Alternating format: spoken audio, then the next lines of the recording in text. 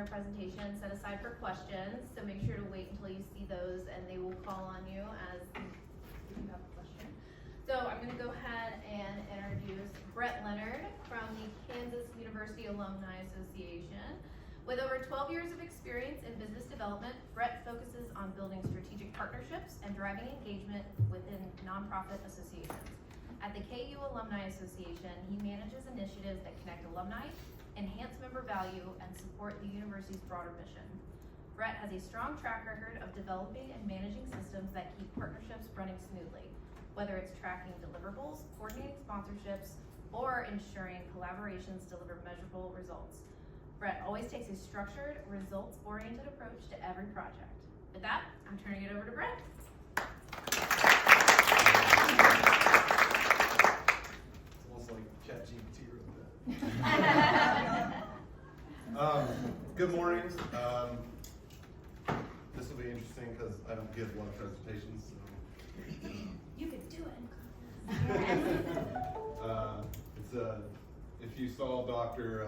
Collins yesterday, that was a really good one. Hopefully this doesn't let you down too much.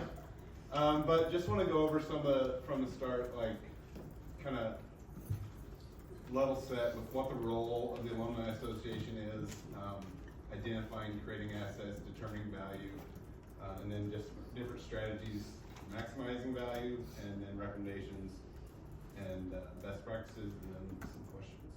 If something comes up and you have a question, like I'd like to make this as conversational as possible, so feel free to raise your hand. I think everybody knows this.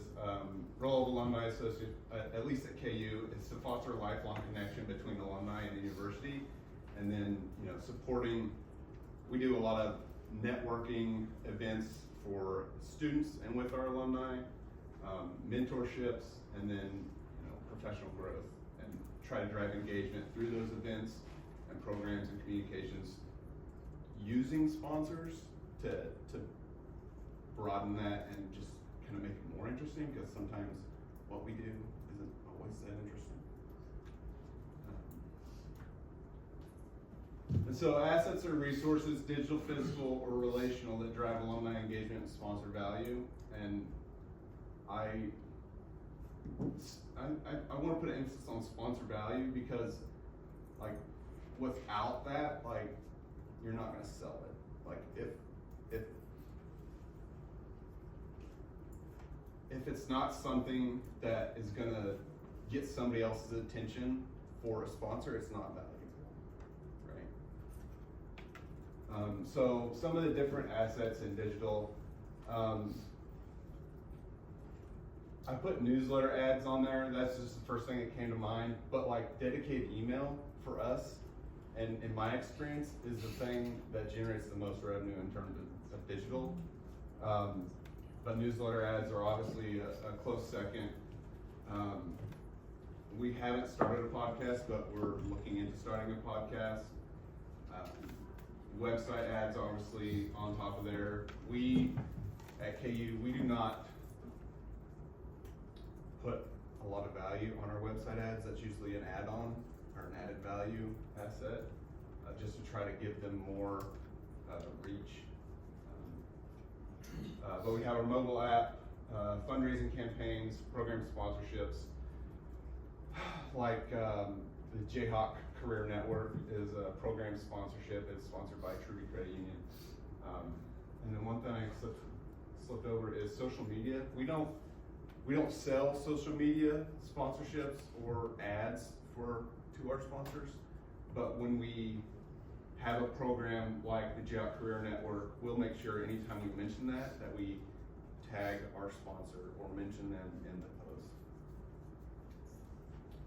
Events like homecoming, we don't do a lot of reunions, but tailgates, watch parties, local meetups, stuff like that, spaces. Our alumni center has, we're actually in talks right now, at least putting a value on the naming rights for our alumni association for the picture down here at the bottom of the Jayhawk Welcome Center. We're doing that with our university partnerships though, because they're trying to sell naming rights sponsorships to a conference center that is being built on the football stadium. We have different alumni lounges.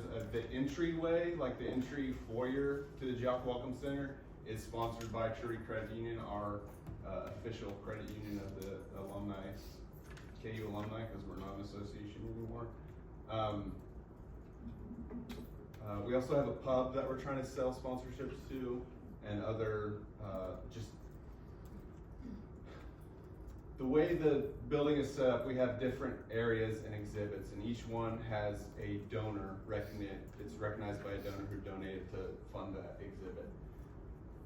We expect, or we can go out and sell a sponsorship for each one of those exhibits on top of the donor.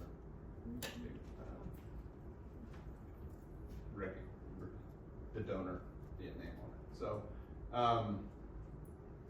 and programs, so we have the mentoring platform, which is part of the Career Network, which involves career development, and then we have the Student Alumni Network, that we're, obviously looking for a overall sponsor for, and then more asset categories, print, magazine ads.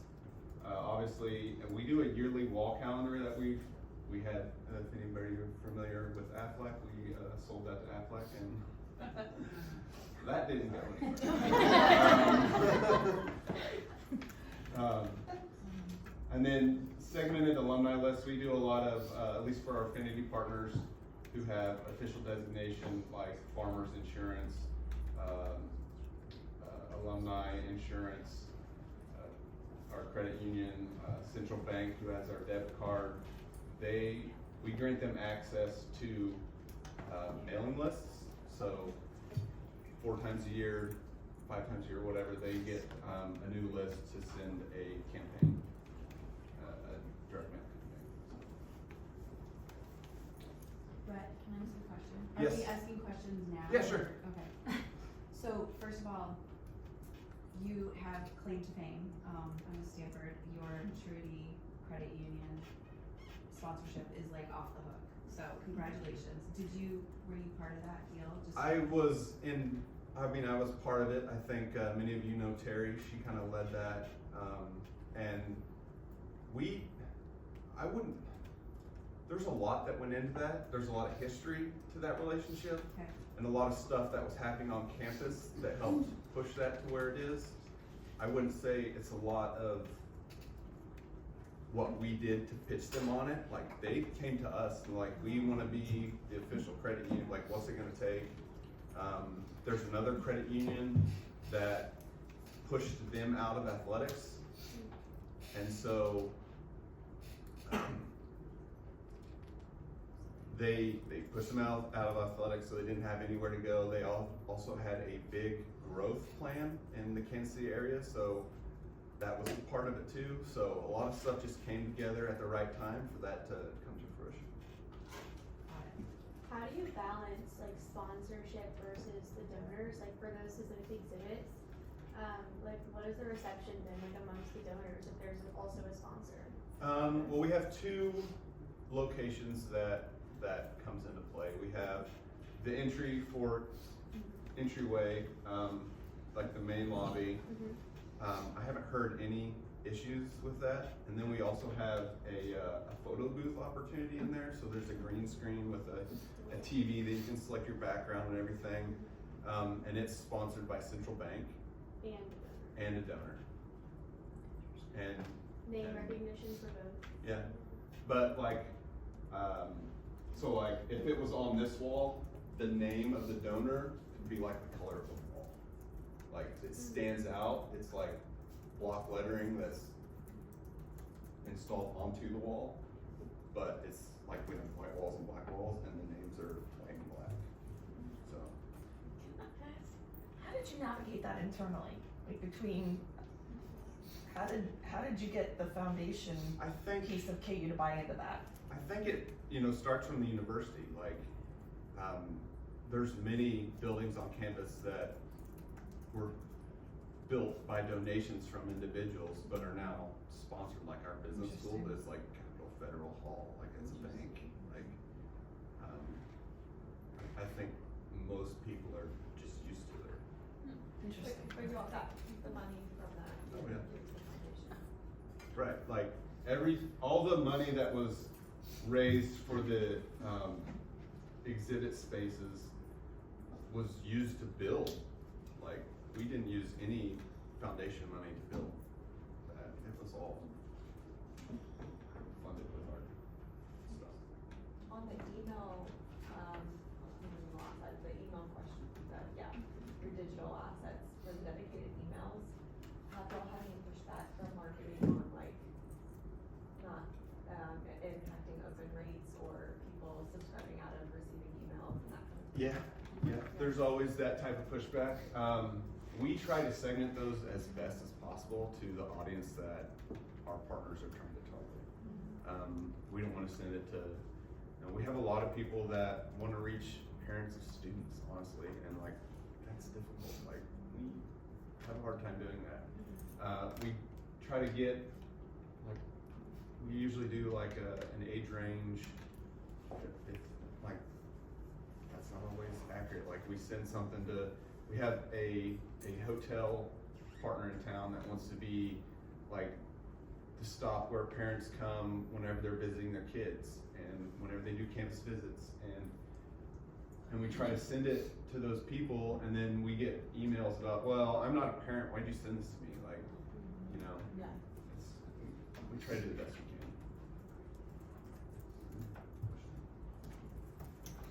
can. Finding new opportunities. We use our existing data in our CRM, Google Analytics. I've used a lot, just like trying to identify websites that are underused, a lot web pages, sorry, that are underutilized and get a lot of traffic to try to generate more impressions for our advertisers. And also, it kind of just depends on what your company's goals and stuff are. So just trying to identify gaps in coverage. We also, just through ongoing talks with partners, and we haven't done a survey in a long time, but probably before I was even there. But really just like feedback from partners, seeing what their goals are, who they're trying to get in front of, and just trying to collect feedback from them to find the desired engagement opportunities. And then also like talking to our peers. Like if any of you are familiar, the business development group at CAMP has a monthly meeting. So we're always, benchmarking, talking to each other about what's going on. And then if you're not sure if it'll, just try it. Like, I can remember, I feel like I did a lot more of this, like finding new opportunities at my previous job, which was a Golf Course Superintendents Association. But yeah, if you have a good idea and you have the data behind it, just try it. It sells. It sells. Determining value, obviously, like the true value of an asset is what a sponsor will purchase it for. Really, like the audience access is your most valuable currency. It's not really what the assets cost, but what the sponsor sees as a worthwhile investment. So they want visibility, credibility by being a partner of yours and then engagement with your audience. And pricing your assets, I would say start with reach, the size and quality of your audience, and then the format. Like, is it live? Is it digital? Is it exclusive? Is it repeatable? Is it ongoing? Then is there emotion, impact, credibility, prestige, and then compare to market rates for similar placements. And again, just like talking to your peers, what do they use? Or they obviously also comes into that is like we work with our GEOC Sports Properties, which is our Learfield property on campus. Does all the athletics sales, so, you know, we get feedback from them like, oh, this is too high, like, stuff like that. But also, kind of the main thing is CPM, cost per mil, which is cost per thousand. So like, we try to base everything off of that. I don't have an exact formula for it, but at least on dedicated emails, we try to do like 10 cents an email. So, and we try to have a floor. So we don't want to waste our time not making any money sending something to 300 people. Like, if you want to send an email, it's got to go to a pretty substantial list. And then from there, like newsletters, I think we go up to like, I think it's like 5 cents an email on newsletters, just because there's usually at least 3 ads in every newsletter we do. I guess some have 1, but those are more like event emails. And don't underestimate like your tangible advantages of being like a trusted alumni network. So that's a more targeted audience than just a Google ad being displayed to a broader audience. Brett, can I ask a question? Yes. Do you change your pricing based on internal, external designing aspects? Like if they design versus if you design? No. And usually with most of our stuff, we require them to design it and send it to us. With a dedicated email, that there's a little wiggle room there. A lot of times they'll just send like images that I gotta put into an HTML email. Yeah. But we don't change the rates because of that. Because really we don't know until the time that it's being sent to what it's gonna come as. So. How many people makes it worth your while? Like, just curious, like, what's your list? I think our low end is like $1,500. So 15,000 people. Okay, got it. Yes. How are you measuring audience quality? Through engagement or? Yeah, I guess you would get that through the data on the back end. How many people opened it, if it's a dedicated email. If it's a low quality, you're gonna have low open rates.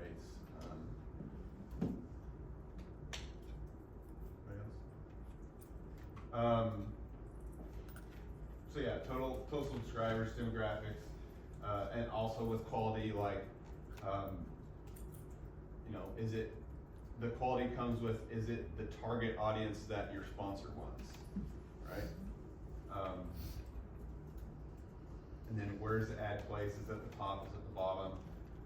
Is it in the content, is it sponsored content?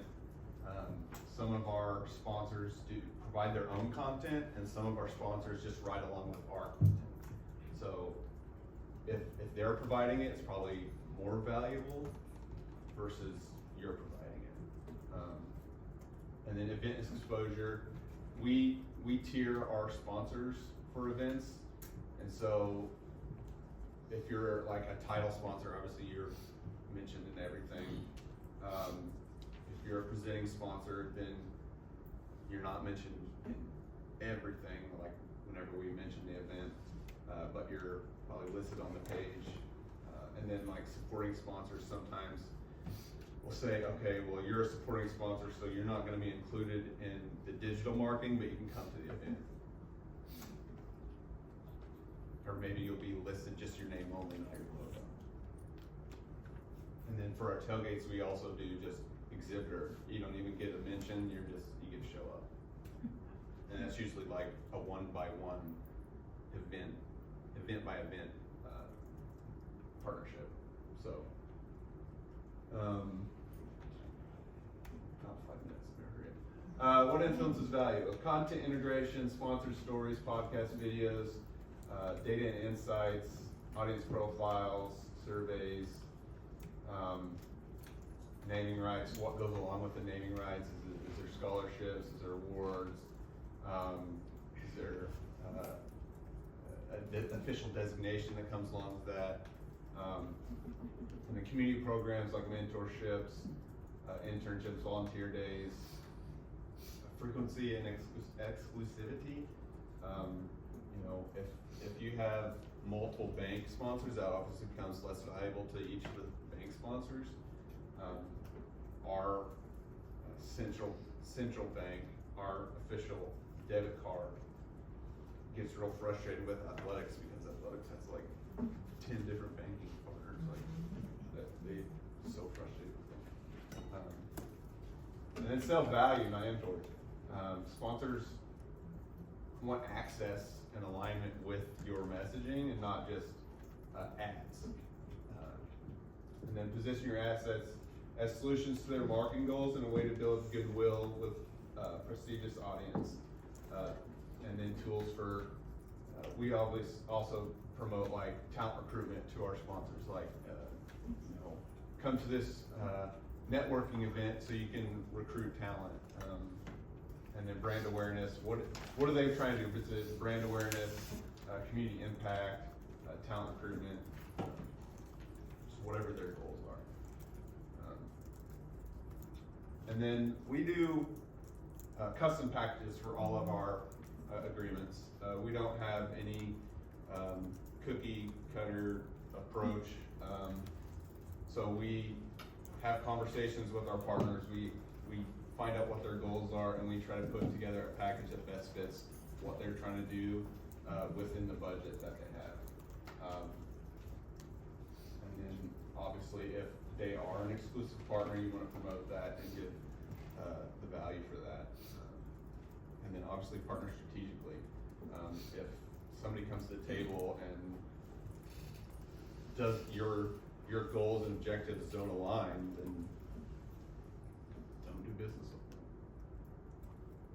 them. Yeah, we combine newsletter, event, social media into bundles, and then theme around chemos. We do homecoming. We have a graduation event that we do sponsors for, which seems like it changes every year with our football stadium and everything. And then tiers. We do title, presenting, and supporting sponsorships. Our big fundraising event, Rock Chalk Forever, has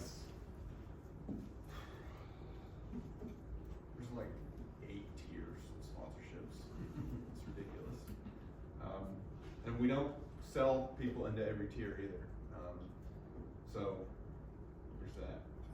And our event management team, that the contractor that we use to help put on that event, help build out those tiers too. So. And then prove your impact of data.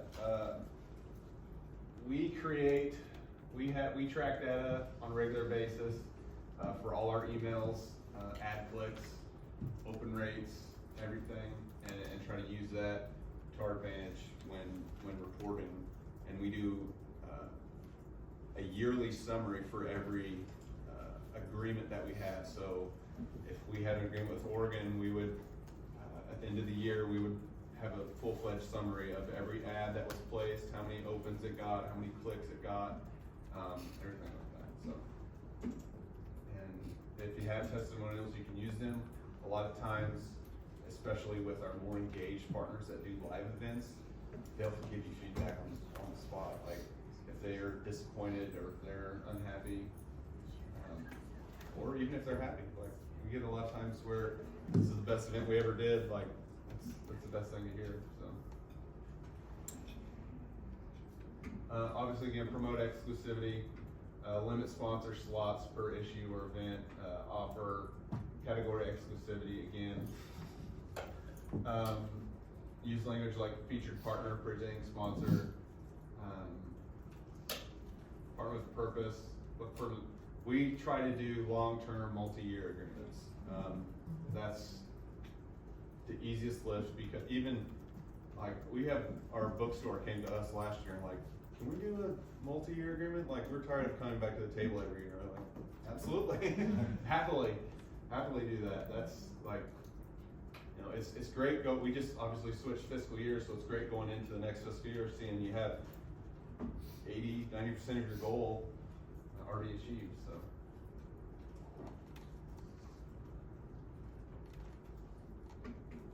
Yeah, and personalize for the sponsor's goal, learn their objectives, tailor assets that match. We try not, I say try, our goal is not to create assets to support a sponsor's wants or needs. We try to fit them into something that we're already doing. On the other side of that, our agreement with our local BMW dealership just ended, and they had a sponsorship of a video series that we did. And it was a monthly video series filmed in a BMW with our staff and somebody from campus, whatever the occasion was. Well, when our sponsorship expired, our team decided to stop doing it because we didn't have a sponsor. So it's a double-edged sword, I guess. And again, offer custom opportunities, not cookie cutter placements, tailor assets that match,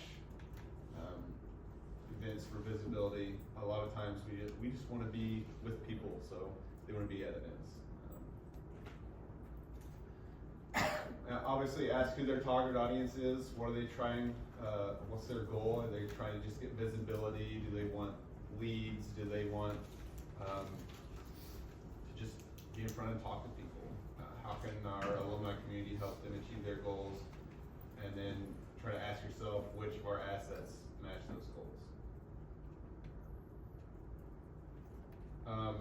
Again, track key metrics regularly. Some of our bigger sponsors, we have quarterly meetings with them or monthly meetings to go over their open rates and click-throughs and results. We use Google Analytics. All of our ads on our on our websites are we use Google Ad Manager, so we get up-to-date impression reports, click-through rates, all that stuff.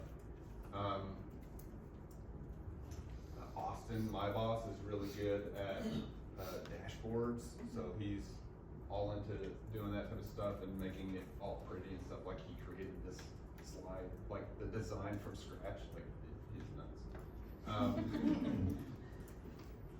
And yeah, just like try to be as professional as possible and efficient as possible. Obviously, another tool we use, you'll hear from them later, is probably Sponsor CX. Emily. I've tried to incorporate all of our sponsors into that. We're like in the second or third year of using Sponsor CX, and it's a sponsorship management platform. So we have all of our assets in there, and then we can go through it and build out sorry, this is not a pitch for Sponsor CX, but we can go through and build out a contract, and then it has all the assets in it. It adds up all the values for each asset and spits out a contract, and then you can put it into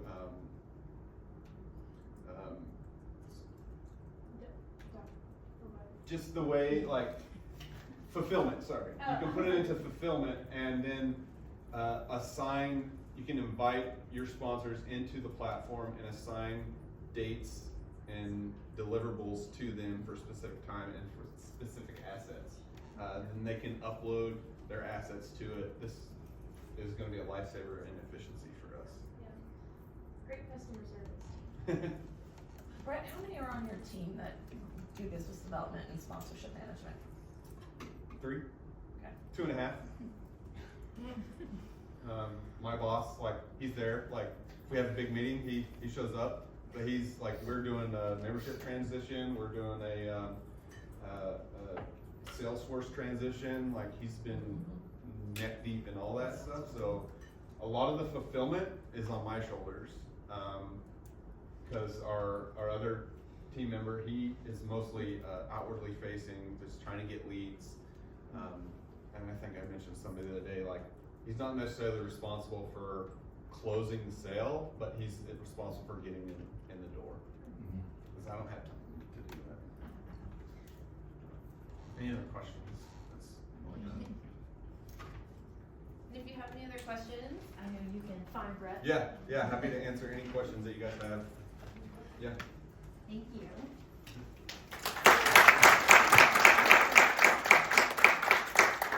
So I didn't start too much. You hit next. Nope, go back. There we go. Alright, so I'm just gonna do a brief bio of Bubba. So Bubba currently serves the Clemson Alumni Association as the Director of Philanthropic Initiatives. In that role, he has secured philanthropic gifts and maintained corporate relationships. Most notably is the relationship with the manufacturer of the Clemson ring. This relationship is also encompassed in his overseeing the entire Clemson ring program, a cornerstone tradition at Clemson that sees the second most students of any school to receive their ring. That's impressive. It says Bubba first arrived at the Clemson Alumni Association in 2013 following a 16-year career in sales, but he always served as an alumni volunteer. Love that. It says his first post back home at Clemson was to oversee the engagement team working with Clemson clubs and affinity groups. He is a 1997 and 2024 graduate of Clemson. Thank you. All right, who's on the level that Brett and Candace is on right now? All right, cool. Because I'm like in the bottom. I'm just getting started. So let's see. Was it Drake that started at the bottom? Now we're here. So let's start with that. All right, as y'all can see, oh, you can't see. As you can see, I wanted to kind of talk about this being how comfortable are you being uncomfortable? So I know James and I were you comfortable up on those high ropes? Okay, were you comfortable afterwards? I know you were there last night. Were you comfortable before? Because if you are, you're just going to ruin what I'm pitching. I like the ground better. All right. Did anybody else do high ropes last night? How about you? Loved it after. Loved it after. Okay. So this term came from, there's a guy, Tim Match at Clemson, who oversees the PAW. And the PAW says it all, you know, we're kind of like the block M, except for a little bit above the block M is the Clemson Tiger Paw. And, but he was talking to me about alcohol. Clemson is the last in the ACC and SEC. We love our Big 10 friends, we love our Big 12 friends, but we're one of the last, we are the last school in those two conferences, which is right around our area, that doesn't have alcohol yet. So the talk was how comfortable are we being uncomfortable? And so everything I talk about is going to be about that, and I'd love for y'all to just pop in and bring up some things that you may be uncomfortable with now. I can tell you right now, Brett, we would be so uncomfortable using partners with donors. Like, I don't know about y'all, but I was sitting there going like, oh, I don't know about that. But that's what this is all about, and everybody getting there. So Brett talked about this. I don't know if this has a little arrow thing, but I just want to circle this. So this is just like what KU said. If y'all's is not like this, then your mission, then I would be shocked. But I want to point out, because this is going to be, I teach a class in the business, Powers Business School at Clemson, and we have this thing that if it's something important that you might see on a quiz or an exam, you foot stomp it. So I want to foot stomp that our mission is to enhance the lifelong Clemson experience by serving, involving, informing, and engaging our alumni, current future students, and friends of the university. How great would a corporate partner be with that right there? Like, we're going to incorporate you in serving, involving, informing, and engaging our alumni. That right there, there's the value that we all should have very confidence in when we talk to folks. Right now, where are we now? So right now, bow forward. These beautiful rings here. Who has a strong ring program? Sorry. Okay. Who's wearing their ring right now? Okay. I didn't trap them. All right. I'm gonna play my Marcus card from yesterday. You're not helping the culture, and you could be building your own culture right now. You heard Jessica talk about we're number 2. Okay. How's that? Have a couple $1 million in your pocket. A couple $1 million. Get in the culture. Get comfortable being uncomfortable. If you're not comfortable wearing a ring, well, your spouse probably wants you to wear a ring, but you need to get comfortable with it. So this is it. This is all we got. We got a couple $1 million coming in. We're just happy as can be. So why do we even care about getting and ramping up and trying to be like our friends at Kansas? Because look at those ring sales. A lot of it because of this young lady right here that puts on our ring ceremony, which we'll talk about a little bit later, which is the #1 student tradition at Clemson. But you'll see there, we're going to hit over 5,000 rings this year. Why are we worried? We're good. Don't need to do anything. Anybody been watching gold prices lately? Yeah. So once a year with our friends from Balfour. They're here. Todd in Cantalupo is here. He's amazing. You ought to talk to him if you don't have a good program right now. But in the last 2 years, we lock in gold. They buy the gold for our rings once a year, and we lock in during about a 6-week process. Year before last, we locked in prices at $1,900 an ounce. Last year, it was $2,600 an ounce. So we saw our rings go up in price. Typical men's ring for Clemson is 18 months ago was about $1,000. It's now $1,500. Look at gold right now, almost $3,400. Another 20 to 25% jump. At some point, there could be a point of diminishing return. I don't know where that is. Where will kids say, hey, it's not worth it to me? That tradition is great, but it's not worth it to me. So, we're a small but mighty shop of 16. There was a question that came up, how many people helped Brett as far as his team? Mine's, it's not just 16, it's everybody. In 2008, Dabo Sweeney was named interim coach. He sat there and he goes, we got a hand. It ain't a great hand, but we're going to go all in. So if you're going to do this, everybody on your team needs to get comfortable being uncomfortable, and you need to go all in. This guy right here, he's just won a couple national championships, so you know going all in is pretty important. But you can't do it. He never won that national championship until we got a 5-star quarterback, Deshaun Watson. You know what he did? Got another 5-star quarterback, Trevor Lawrence. 2 national championships. Well, Brett talked about his former colleague, Terry Harris.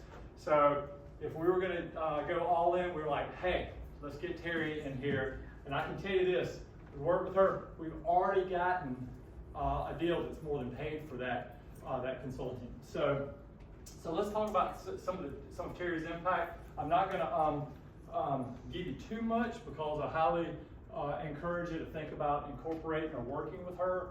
But let's talk about a little bit of this. Where are we? Review of organization and university climate. For us, we have a group called Clemson Ventures, who used to be Capco, who back in the 2010s was JMI. Some of y'all might use Learfield and things like that. Total campus corporate partners, whatever. Well, what we found out is we didn't get anything from them. Whatever we did have wasn't very good. There was never a good partnership there. Well, that died. Well, we now have Clemson Ventures. And I can tell you this, just meeting with them pretty often, already starting to pay dividends, and just pushing and being the driver of that relationship. Talk more about that. Evaluate assets and activations. Look at this. Drive engagement. What do we all do in our organizations? We're to drive alumni engagement. So that's why I sometimes feel like silos exist in our organizations just as much as they do everywhere on campus. Why is that? We shouldn't be like that. Review current and prospective categories, brands, and companies. I'll talk about, I'll go ahead and say it because you mentioned the BMW. So some of y'all might, it's ironic that we're 30 miles from Detroit because you can't swing a dead cat in the state of South Carolina without hitting a automotive company. We have BMW North America. So if you drive, anybody drive a BMW? What model do you have, James? I don't know if that was built in Greenville, South Carolina, but I'm pretty sure it was. But Michelin North America, GT Tire, BF Goodrich, Volvo, Mercedes Sprinter, all those are built in South Carolina. And Scout Motors, if you've seen that coming back, that's being built in South Carolina. So BMW just our friends with Clemson Ventures just reached out and said, hey, we see these events y'all have. BMW wants to be a part of that. So it's already paying dividends there. So why wouldn't we have the only undergraduate automotive engineering program in the country? So why wouldn't you incorporate some of those things that you have? Processes, brands, resources, nobody hit those better than Brett did. Assess marketing and sales of city business development opportunities to expand pipeline prospects. Talk a little bit more about that. So, Terry's impact. All of these things, our board of directors, hey, it's time for y'all to get in the game. Alumni Association business model, Alumni Association staff resources. So, I talked about those silos. Hey, if you work in marketing, you know what? You work in business development. If you work in engagement, you work in business development. And we've got to start pushing that thought process. And I can tell you, there's a lot of folks on our staff, and I'm not trying to call their baby ugly, but there's a lot of people on our staff who are uncomfortable and have not gotten comfortable. So how can we get them to start feeling comfortable? So, but I love it. You see, I highlighted in the two greatest colors in the world. By the way, did y'all know that Frank Sinatra said that orange is the happiest color? And who are we to argue with the chairman of the board? But Clemson Alumni Association asset portfolio, as well as corporate partner expectations. So these are some of the things we drilled in on. So, market capitalization. So of our current assets, I think this is the big one right here. Current estimated value is $358,000, but that capitalization could be expanded to 1 to 1.3 million. Now that is carving out the ring, because the ring is a monster. We love the ring. We're going to keep that rocking in the free world, as Neil Young would say, and keep that exactly as it is.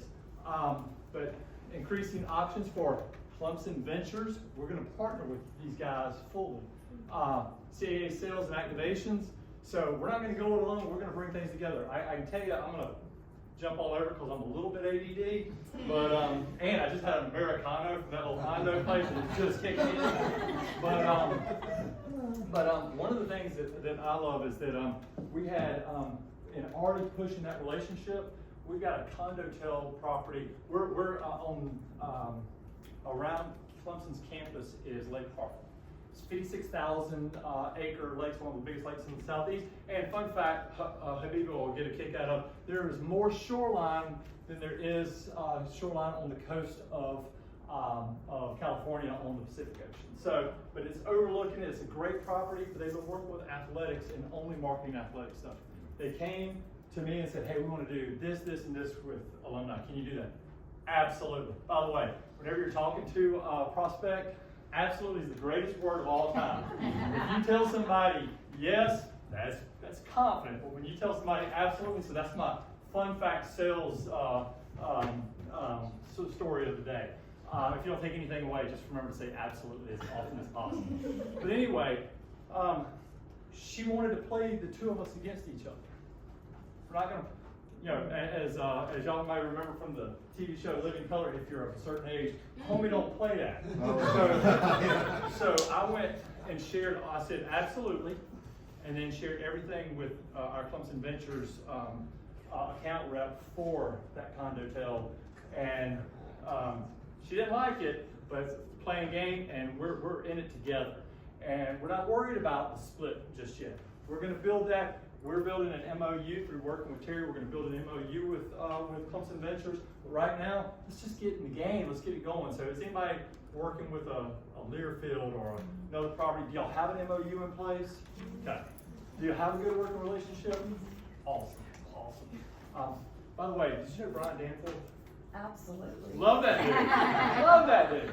So, all right. Corporate partner expectations. Brett hit on these great. But, you know, going back to that first slide about what our missions are, building value, I think you see each of these things here, access to highly educated, career-focused professional audience. We want that. Our development team wants that. So do our corporate partners. Brand alignment with strong brands. You did that perfectly. Now, I'm telling y'all, and my theme is to get comfortable being uncomfortable, but at the same time, you know, Clemson, each of you have, like Marcus said yesterday, each of your respective organizations and universities have a culture. You don't want to break that because that breaks the brand. Cost-effective, creative, innovative, experiential opportunities to engage alumni and students. Going back to BMW, I'll hit on an event where we have called Alumni Spring Break, and they're wanting to do like some type of driving piece there. They have the BMW driving experience in Greenville, South Carolina, but they want to do kind of a mini thing like that. How cool is that to say that you went back for a reunion and you were able to do like a driving experience, or at our experiential forest, you might be able to go down some trails in an X vehicle? That's amazing. So, and working with those partners, look and see how there might be some experiences, because we always remember experiences more than we do, yeah, exactly. Thanks. So, asset valuation, art versus science. one of the things Brett talked about was so much of the science, the CPM. I didn't even know, I kept going like, how do you pronounce the M-I-L-L-E? So I'm glad I learned that. So while I will say this, as you are building, or as we feel like we're building, we're gonna get really good at the science, because the science, there are so many analytic minds in this world, especially those who you're gonna be selling to, or we're gonna be selling to. Like I said, I don't know where y'all are in the spectrum of getting from where Clemson is to where Kansas is, but we know that right now we're gonna be more on art. So, what do we have to offer? So this is a little bit dated. We're over 190,000 alumni now. So relatively small. Who's got more than 190,000 alumni? How awesome is that? Y'all have that value right there. However, we're gonna really push that value. But check this out, because we've grown over the last 10 years. We've grown about 10,000 students. But I mean, does this work? Yeah, cool. Well, I guess it doesn't work. But anyway, as you'll see, 40 or older, graduated since 2000. So if you graduated in 2000, you're 47 years old. I graduated in 97, but I'm like Doogie Howser. But if I tell that story to students, they go, "Who is Doogie Howser?" But anyway, think about that. 60% of our alumni base. 60% of our alumni base. You always hear that target market of 18 to 34, but everybody I've talked to so far, they want that 25 to 50. So look at there. That is awesome. So find what you have and sell the heck out of that, because you all have something that's great. How about this? Out of 190,000, more than a third are that, 22 to 35. So that's perfect for so many. Now, this is beautiful. This is a great slide, isn't it? No, it's not a great slide. But, so before working with Terry, we were like, all right, we got to get an asset rate thing put together, and we put some of this stuff together. A direct mail, $20,000 for one mail a year. That's not accurate. How much? All right, so Brett, how many emails a month are y'all selling? We try to send 2 a week, but there's some weeks where it interferes with marketing, so we send 1, so probably 6 a month. Okay. So, all right. So 6 a month. What's the average amount y'all get on those? I mean, they're probably going to a minimum of like 35,000 people, so $3,500. Okay. So 3,500 times 6. Quick math, somebody. I was a political science major. 20 grand. 20 grand. 240 grand a year on the capitalization on that. That's freaking awesome. So now, that getting comfortable with being uncomfortable. Nobody tell our amazing director of marketing, Dana Morgan, who y'all all probably know, but she's only comfortable with 2 right now. She's only comfortable with 2. But we were comfortable with none. So if we can get $3,500 each on those, $7 grand a month that we weren't getting, that's $85,000 a year roughly that we weren't getting. If we can get a few more of those. Are there going to be opt-outs? Absolutely. My belief is this though, is you're going to get most of those people out early. Is anybody like me and I never opt out of anything? Like I get, every morning I have to delete about 100 emails because I don't opt out of anything. Because I might want to buy that one thing that I bought in 2013. So anyway, I believe that once we get through this a little bit and we do a good messaging, then we will be fine on going from 2 emails to maybe 3 to maybe 4 to maybe 5. But I use this just as an example. We weren't really right. Like we were all art. It didn't make sense. If your science is only talking to a consultant like Terry or talking to your peers, make that be your science for now. Bubba, I have a question. Yes. So with your brand, have you done any evaluation with your brand and the art and science piece and the assets? Ask that again? So I did a little search on ChatGPT. So Yeah. take it with a grain of salt. This has not been vetted by local Stanford authorities. So the Stanford brand, according to ChatGPT, worth $20 billion. And that made me pause significantly because, like you, we're going through this asset evaluation period. I'm new, 6 months in, and I'm looking at these numbers, and I come from corporate, I told you earlier today. This doesn't make sense. So is anyone in this room looking at like the value of their brand also as part of this mix? And okay, and we'd love to talk to you and figure out like how do you balance that with that? Because I think, and talks with our colleagues in athletics as well, is like there's a lot of undervaluing of our assets as alumni associations as a whole. Like, this is my personal observation. Well, a couple things there is, the short answer is, have we? No. Okay. But I will tell you this, I talked about how the Paul, and I can't believe I'm wearing a shirt that has a Paul on it right now, but it's the #1 most recognizable collegiate athletic brand there is. There's, you see that, you know it's Clemson. I'd argue with that. I would also. We don't even have. We don't even know. We're on blue. All right. I'll use the same term I used earlier. I'm not here to call anybody's baby ugly. I'm just telling you, I'm just using that for an example, but what is that value on the Paul? What is that value? I don't know, that 20 billion, I don't know. I can tell you this is, Stanford, do you know Wendy York? I don't. She is our dean of our Powers College of Business, and she is a superstar, and we boast like, you know what, that she came from Stanford. Yep. So yes, so if there is a value there, I think you should use it. The other thing is, coming from, I told you this morning, I came from technology sales, is we undervalue things all the time. Yeah. And so as the greatest training I ever had was working for a software company, and we did a negotiations training, and one of the things he said, he goes, give them a high number, and when they say no, walk away. Well, walk away slowly. Walk away slowly. Because you can find that place. And while we're in art, now if you're in science like KU is, I mean, like, until then, don't undersell things. Do not undersell things. I think we're way too quick to go. And also, what I try to do is put my mind in the headspace of, y'all all know that alum of y'all's big donor who's got stupid money. If you, Michael Neary, who named the Neary Family Alumni and Visitor Center. He's a good friend of mine. He gave $12.5 million to name our building. Overall, he's given about $30 million to Clemson. And he owns a company, Great Southern Homes. It's a national home builder. It's a top 5 national home builder. If I were to tell him, hey man, we're gonna let you email our entire alumni base for $2,500. Yeah, that's exactly the example. That's a great example. Yeah. So put your mind space in those. Get yourself in those mind spaces. We got 5 minutes, so I'm gonna kick it. So basically, our rate card was not good because I don't have it even on the slide here. So, but I'll also say this. Brett talked about packaging things. I don't believe in a rate card. I don't believe in it because I go back to that condotel company. I worked with our Clemson Ventures company. They put together a package for them. They came back and said, hey, can we do some a la carte things?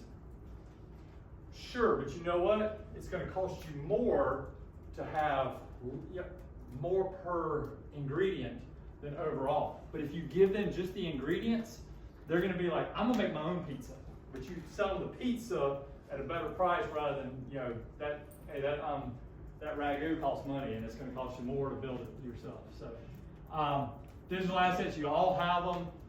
This is kind of what we have. This open rate's freaking awesome, isn't it? Take what you've got, take the things that are good. Like our 68,000, that's terrible right now, but that's because of Google taking away all the lifelong g.clemson.edu addresses. Social media is getting stronger and stronger. Y'all see Kaysen here with Clemson stuff on. She's our new social media person. Rockstar. If you're not following at Clemson alumni, you might gain something by following Clemson alumni. I probably follow a lot of y'all's. But that digital assets, this didn't come over right. All of these, I guess what I'm trying to say, every single one of these is something we can sell. Every single one of these. So have you gotten comfortable being uncomfortable with what you can sell digitally? Dana was comfortable, she was uncomfortable with more than 2 emails a month, but she's comfortable with 2. All right, what can we get uncomfortable? Your Tigers on the Move, that is our website that pushes and promotes our folks who've gotten a promotion, gotten married, gotten big things going on in their life. How comfortable are we with also making that a partner sponsored piece there? These are just some examples. I'm gonna keep on rocking just because of time. So just gonna hit on some things, working with Terry, some things we can do. Our Golden Tiger reunion, that's our 50th class reunion. So, funny story, at the last minute I had a place called Clemson Downs. It's a assisted living facility in Clemson come up to me where we're able to get them, like within 2 weeks, we were able to sell them to sponsor the opening kickoff luncheon. It's interesting if you're having a lot of 72-year-olds in person and you go, this lunch is sponsored by Clemson Downs Assisted Living. You know, like, just so you say. But, all right, so we've not gotten any sponsorships for this reunion. Look here, we worked out this. I'm not good with graphics. I can talk, but I can't graphic. Look here. All right, 3 to 4 exclusive presenting sponsors. We should be getting 20, and building that 358,000 up to 1.3 million, building that capitalization. Like there it is. So, and we've done these for a ton of these. So I'm just giving you some examples. Alumni Spring Break. This is my favorite event we do, and I'll tell you why. We do it the second weekend of the student spring break. Clemson has a little college town atmosphere. It is a reunion for those who graduated 25 to 40 years ago. Bubba falls into that. And so these are a lot of my friends here. We get bands from the old days. We do tours of campus. It's just like a reunion. But also the alums love going to the bars and not feeling like old people because all these students are gone. So they get to relive things. Well, you know what? We're trying to get some big name bands from the 90s. Sister Hazel, Big Head Todd and the Monsters. If you know these bands, let me know. Yeah. All right. So, but we're not getting anything. But look here. We should be able to get $75,000. $30,000 minimum. These are things that we already have. One of the things that Terry really stressed with us, oh my God, I had to run out and finish this up quick. One of the things she stressed is don't create assets that are going to have you like a hamster on a wheel. Oh, we sold this and now we got to do it. You probably already got these in hand. So let's promote the heck out of those. Okay, holiday shopping fair. Yeah, that's something I was like, oh, maybe we can get a couple $100 a table for those folks. $17,000, that's awesome. And as I tell my friends at Clemson Ventures and Athletics, I'm like, that might be peanuts to them. But for us, that's freaking awesome. That's the difference between being able to do something and get a new initiative, paying for a new initiative for an alumni association that only has 16 staff members. That can be a game changer. Ring week. All right, the uncomfortable piece, and then I'm gonna shut up. So, our ring is a hallowed, very like high meaning thing that people don't want to mess with. How? So ring week is when people come to our office or the students come to our office, get sized and order their rings. 5,000 rings a year, so about 2,500 to 3,000 students are going to come through in late August to get sized and order their rings. So why couldn't we? This is just for ordering the rings. Why couldn't we have some sponsorships done for that? Some activations. They're coming in there. Like, why wouldn't you have some things going on in our office? Potentially 3 supporting sponsors at 8,000. All right, ring ceremony. We have 3 ring ceremonies. We fill up Little John Coliseum. Our basketball team would love to have them fill up. Our basketball team's great, by the way, but fill up 3 times in a day. 75. Our building only holds 8,000. 7,500 people each time. And it's amazing, y'all. It's 90 minutes. Helen Mitchell, you got to talk to her if you want to do something awesome. This thing is awesome. This is something that everybody should strive for. But it is. We already received $25,000 from Balfour to help us put it on, but we don't even promote them in the marketing of that. So this is one of the most. What's the word I'm looking for? When something's like really nice and. Kind of like the law school building that's really nice, prestigious, things like that. Are people comfortable with putting a corporate sponsor's name on? I don't know, but we probably need to get comfortable with it, because if we did, we could probably bring in another $30,000 twice a year. And you can do it the right way. The Clemson Alumni Association ring ceremony presented by. There are ways to do it, but we're not comfortable right now. We're uncomfortable. Is your ring ceremony tied into your commencement week activities? No, because Clemson's a small college town, It's crazy. So, and also our ring ceremony is the #1 tradition. Many parents, students, and all think it's better than graduation. We do it in late October for the fall and usually early April in the spring. But our president will not let us have it without it taking place. I know I'm over time, so I'm about to cut off. So, How long have you had a single ring for the school? huh? How long have you had a single ring design for the school? How long? have This you ring had has it not changed Since, at all since 1939, and really not since 1916. Get it designed and keep it going. All right. So, lastly, are we going to be comfortable doing awards? Would you sponsor awards? of course, we do all the time. Get comfortable. All right. Career services. Our career center was once sponsored by Mission. It was the Mission Career Center. We do alumni career services. Is this something we should be comfortable with? Absolutely. Another rock star thing she does, puts on family tailgates, away games and postseason. We have anywhere from 250 to 2,800 people come to these tailgates. You know why? Because the Paul is the most recognizable, beloved, and because Helen does an amazing job. But anyway, we're not selling any of these things. Make a list, get comfortable. Welcome Back Festival, 10,000 people. Our building, we can't, I don't think we can do what Kansas is doing. But why aren't we doing events at a brand new building overlooking Lake Hartwell and the most beautiful place in the golden corner of South Carolina? So, with that, I will say, questions. I know we're over time. This is the old building and the old ring. We like stepped it up. We're like, hey, what is it? Does anybody watch Men in Black 2? Old busted, new hotness. So with that, thank y'all for y'all's time.